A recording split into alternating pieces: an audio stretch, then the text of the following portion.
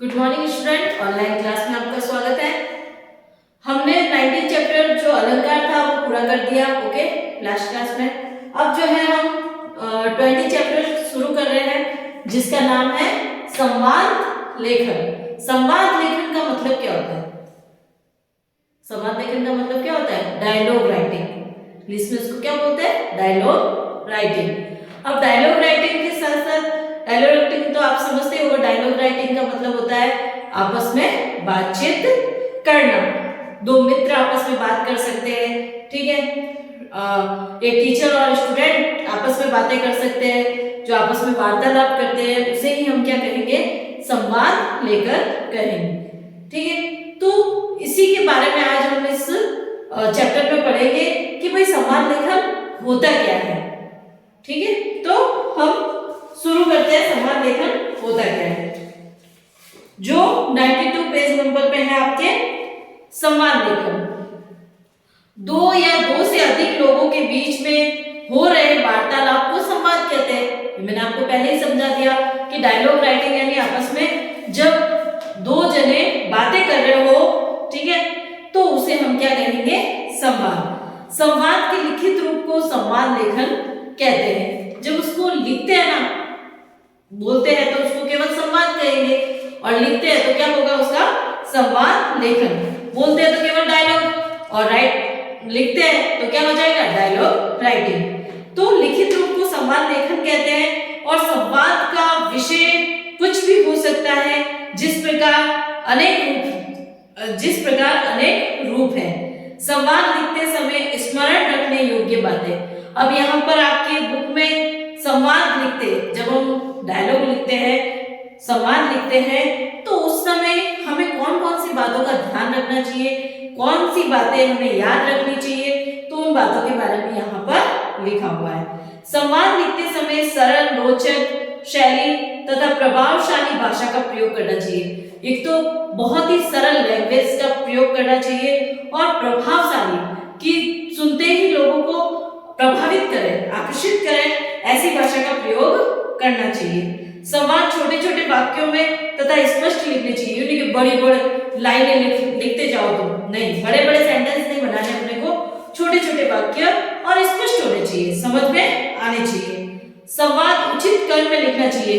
पहले क्या होना चाहिए, बाद में क्या आना चाहिए, वो क्रम उचित होना चाहिए। फिर संवाद पात्र के अनुकूल होना चाहिए। जो जिनके बारे में बातचीत हो रही है, जो दो जने आपस में बात कर रहे हैं, उनके पात्र क्या है, उनके अनुसार, पात्र यानी कैरेक्टर क्या है, उनके अनुसार बातचीत होनी चाहिए, तो वो होता है संवाद लेखन। तो संवाद यानी वार्तालाप, दो लोगों के बीच जो वार्तालाप होता है उसी को हम क्या कहेंगे? संवाद, ठीक है। तो संवाद तो आपको समझ में आ गया। अब संवाद लिखते समय एक तो अपने को सरल और रोचक शैली का प्रयोग करना है, साथ ही साथ प्रभावशाली भाषा का प्रयोग करना है, और वाक्य हमेशा छोटे छोटे रखने हैं, और क्रम वाइज होना चाहिए, ऊपर नीचे नहीं होना चाहिए, और जो भी कैरेक्टर है उसके अनुकूल होना चाहिए, उसके विपरीत नहीं होना चाहिए। तो जो आपकी बुक में पहला संवाद है, एक नए विद्यार्थी के साथ अभिषेक का संवाद। तो मैंने यहाँ बोर्ड पे लिखा है, एक नए विद्यार्थी के साथ अभिषेक का संवाद। अब आपकी स्कूल में भी किसी दूसरी स्कूल से कोई दूसरा बच्चा आता है, तो आप उससे परिचय तो करते हो ना कि आप कौन से स्कूल में पढ़ते थे, वहां आप यहाँ कैसे आए, आपका नाम क्या है, जो है हम उससे प्रश्न करते हैं, और वो हमें उसके आंसर देता है। तो नए विद्यार्थी के साथ अभिषेक नाम का एक लड़का है, उससे जो परिचय हुआ है उसके बारे में हम बातचीत करते हैं। तो सबसे पहले अभिषेक, तुम्हारा क्या नाम है? अभिषेक क्या पूछता है उस नए विद्यार्थी से कि तुम्हारा क्या नाम है? वो उत्तर देता है। नया विद्यार्थी क्या उत्तर देता है? मेरा नाम अनुराग है। और तुम्हारा? फिर वो वापस पूछता है कि तुम्हारा क्या नाम है? तुम भी ऐसे ही बात करते हो कि भाई तुम्हारा क्या नाम है? अभिषेक, मैं अभिषेक हूँ। फिर वो वापस प्रश्न करता है, तुम कहां से आए हो? मतलब मेरा नाम अभिषेक है और तुम कहां से आए हो? तो फिर अनुराग, अब नए विद्यार्थी से क्या मतलब, उसका नाम तो हमें पता चल गया, तो फिर अपन क्या नाम लिखेंगे? अनुराग। अनुराग क्या बोलता है, मैं जयपुर से आया हूँ, मेरे पिताजी का स्थानांतरण, स्थानांतरण का मतलब होता है ट्रांसफर, ठीक है, स्थानांतरण दिल्ली हो गया है, इसलिए मैं जयपुर से दिल्ली आ गया हूँ, ठीक है। फिर अभिषेक जो है प्रश्न करता है, वहां तुम किस विद्यालय में पढ़ते थे? क्या प्रश्न करता है कि वहां तुम किस विद्यालय, कौन से स्कूल में पढ़ते थे? तो अनुराग, वहां मैं केंद्रीय विद्यालय में पढ़ता था, सीबीएसई बोर्ड केंद्रीय विद्यालय में पढ़ता था। अभिषेक, तुम पिछली कक्षा में कौन से स्थान पर हो?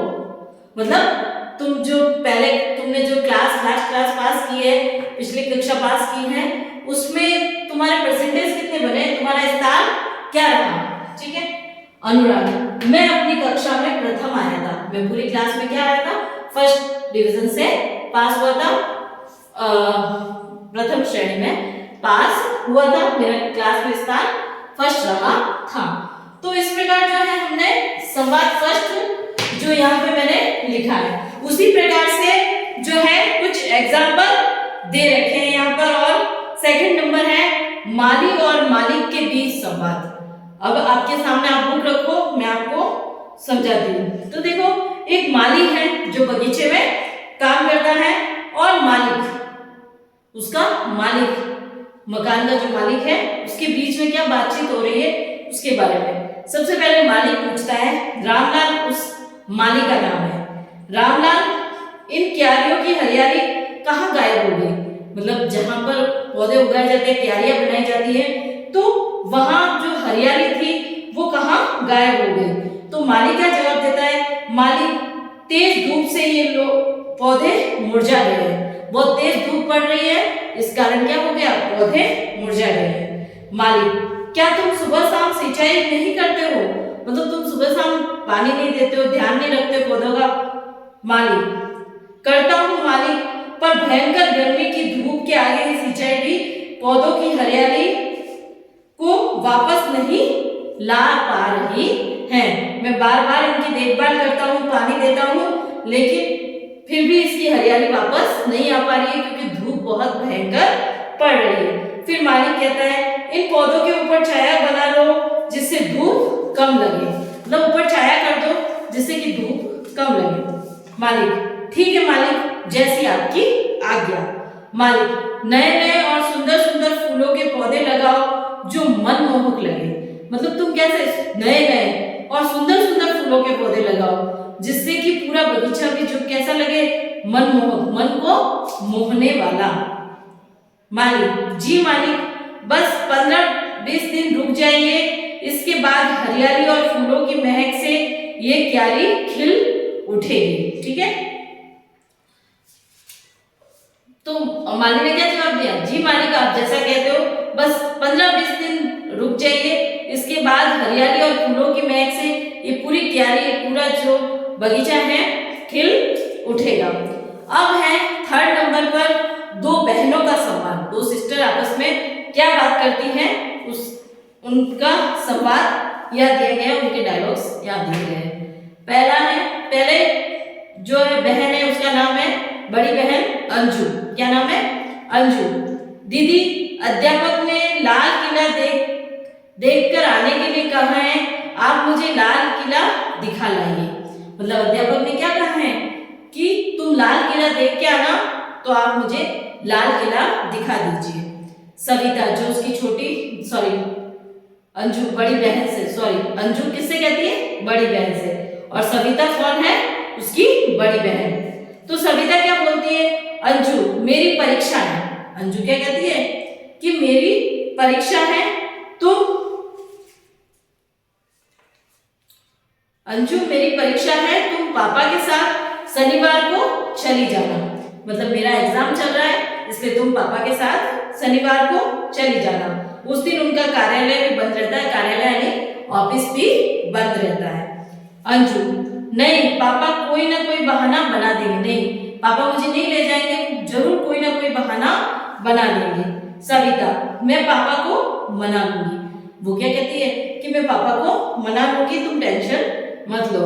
हाँ, लाल किले के विषय में अध्यापक ने क्या काम दिया है। अब तुम्हें केवल ये थोड़ी कहा है कि लाल किला ही देख के आना, उसके विषय में तुम्हें कोई काम भी तो दिया होगा।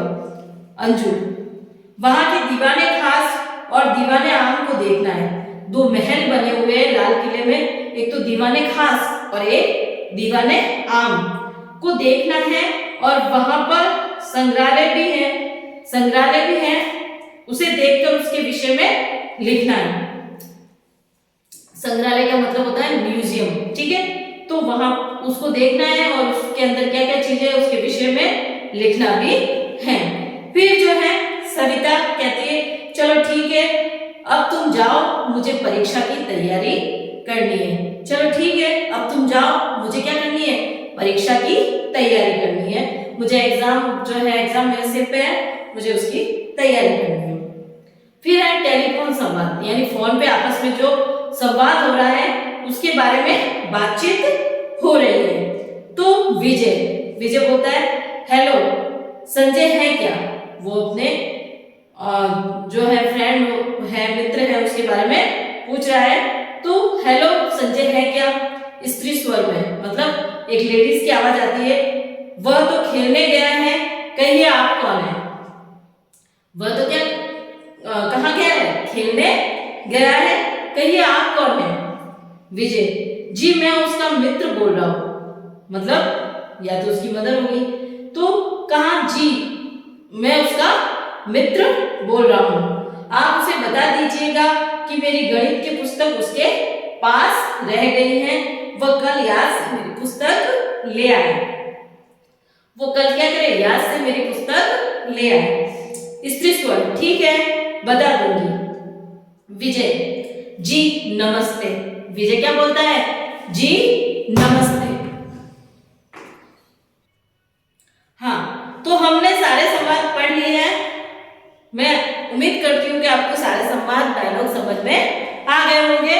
अब जो है देखो आपके जो क्वेश्चन का आंसर दिए हुए हैं उसमें देखो पहला है परीक्षा परिणाम को लेकर दो मित्रों के बीच संवाद, चिड़ियाघर से लौट रही दो बहनों के बीच का संवाद अपने शब्दों में लिखना है। संवाद लिखते समय किन किन बातों को ध्यान, तो ये जो संवाद लिखने हैं ना आप खुद ट्राई करना, कोशिश करना कि आपसे आप लिख पाओ, आराम से लिख सकते हो तो आप एक बार ट्राई करना। जो पीछे क्वेश्चन दे रखे हैं, एक तो परीक्षा परिणाम को लेकर दो मित्रों के बीच संवाद और दूसरा चिड़ियाघर से लौट रही, चिड़ियाघर यानी जू से लौट रही दो बहनों के बीच का संवाद, ठीक है। आप लिखने की कोशिश करना और अगर आपको संवाद में कुछ समझ में नहीं आया हो तो आप मुझे गूगल मीट पे पूछ सकते हो। और दूसरी बात, इसके जो क्वेश्चन आंसर है वो मैं आपको जो है ग्रुप में सेंड कर दूंगी। उसके साथ ही जो लास्ट चैप्टर पढ़ाया था अलंकार, उसके एक दो क्वेश्चन रह गए थे उसको भी मैं आपको सेंड कर दूंगी। Thank you.